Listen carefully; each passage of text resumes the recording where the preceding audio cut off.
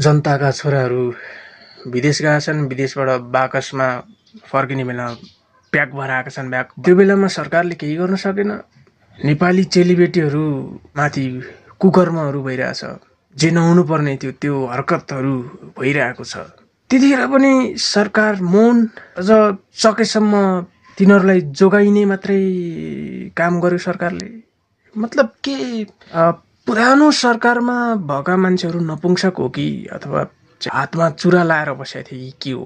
नेपाल सरकारको त धेरै ठुलो पहुँच हुनुपर्ने हो जस्तो लाग्छ मलाई। धेरै ठुलो पोस्ट छ नेपाल सरकारको। चाह्यो भनेदेखि अन्याय अत्याचारलाई रोक्न सक्छ। तर त्यतिखेर त्यहाँ भएका मान्छेहरूले त्यसो गर्दैनन्। जनताका छोराछोरीहरूलाई आतङ्ककारी समेत भन्न भ्याए र जनताका छोराछोरीहरू चाहिँ सुँगुरको बच्चा जस्तो गरे। सुँगुरको बच्चा आज मरे नि भोलि मरे नि हामीलाई के मतलब भने जस्तो गरे। र त्यो देखिन्छ भने त्यो जुन मैले भने अघि न जानी टाउकोमा ताकी पनि मारियो। त्यो हिसाबले त यिनीहरूको सोचै त्यस्तो रहेछ भन्ने हामीले बुझ्न सक्छौँ। तर जनता तपाईँहरू जस्तो मूर्ख छैन, तपाईँहरू जस्तो नपुंसक पनि होइन। जनताहरू धेरै जागरुक छन् भन्ने कुरो योपालिको चुनावमा देख्यो हामीले। तपाईँहरूलाई त सिधै थाङ्नामै सुताइदिए जनताहरूले त।